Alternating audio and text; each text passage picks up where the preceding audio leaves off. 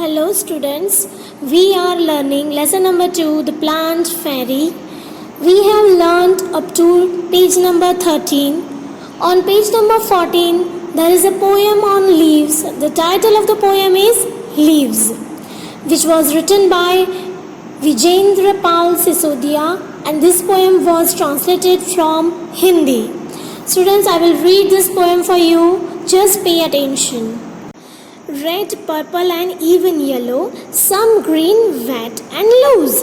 Leaves are of different kinds and of different shapes and shades.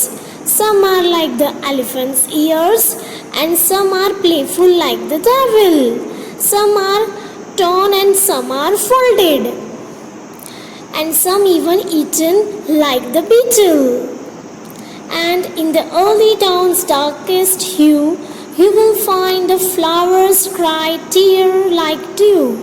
Some are like butterflies, some are like bees.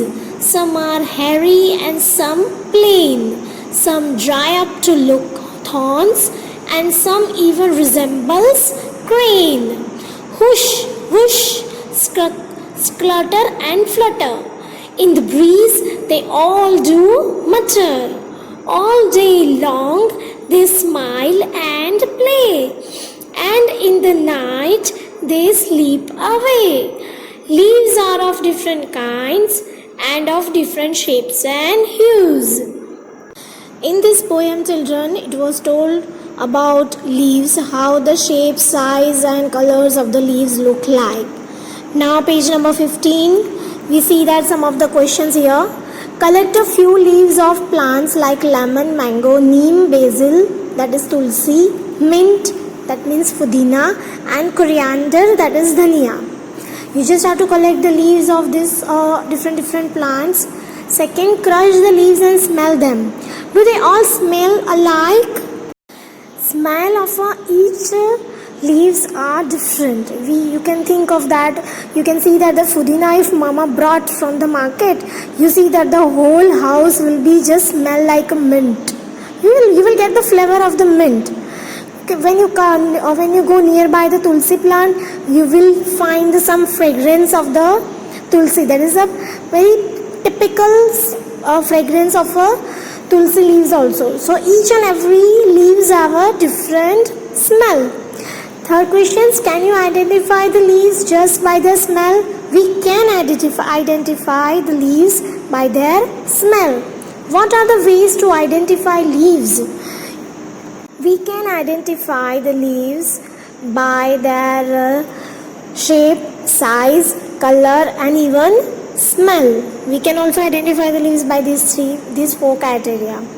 Now next, look at these beautiful pictures. They are made up of dry leaves. Make pictures from leaves. Using dry leaves, make pictures of different animals in your notebook. Student, this activity you have to do it. For this activity, you have to take the leaves from the plants, but for this you don't have to pluck the leaves from the plant or a tree. You have to take the dry leaves and make such type of pictures of different animals and birds. I'm sure you can do it. You are a bit intelligent. This is just an idea given in the picture, okay? Now on page number 16, how to take impressions. Take a paper and a crayon or a color pencil. Place the leaf on a table or on the ground. It should be placed in such a way that the side of the leaf with veins is on the top. Place a paper on the leaf. Gently rub the crayon or color pencil on the paper. Be careful that the paper or the leaf does not move. You have to remember this thing. This is a very simple activity to get the impression of leaves on a paper using the crayon or a color pencil. You can see that in the video screen. There is a beautiful impression of leaves. It was drawn on a paper. Now you can see that similarly take impression of a trunk of a tree. Place a paper on the trunk and rub a crayon or a color pencil on it. Look, you have made impressions of the tree bark. What is bark? Means a skin of the tree. tree, that is called bark. Look at the impressions made by the others. Are the impressions of different plants similar? Will you think that will be all the plants have a similar kind of impression of a tree bark? It is not similar. Which leaf have a good impressions? That you have to do it actually and tell me, okay? Which leaves you will get the good impressions? Which tree's impression was difficult to take and why? Some trees don't have any kind of bark, they just have a hard trunk. For that particular tree, it was very difficult to take the impression of a particular tree. Okay, see that here one girl is taking the impression on a paper using a crayon. You can also do it like this way. Okay, what would happen if the bark of all the trees gave similar impression?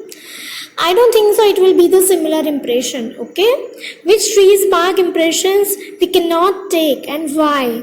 I have told you before that if the tree's trunk is very hard, we cannot take the impression on a paper. Okay children, understand this thing, how to take the impression of a leaf on a paper and how to take the impression of a tree bark on a paper. On page number 17, look and write. Look at the picture and name the things which have patterns of leaves and flowers on them. Just look at the beautiful picture. You can see that the different flower patterns and leaves of patterns is drawn on a different things. You have to write the things where you can find this patterns of leaves and flowers. I have written the answers here. Bedsheet, you can see that. Then book and wall painting and carpet, pillows and trousers which have patterns of leaves and flowers on them. So children, we have learned up to page number 17 up to this much. In next video we'll see the last two pages. Thank you so much.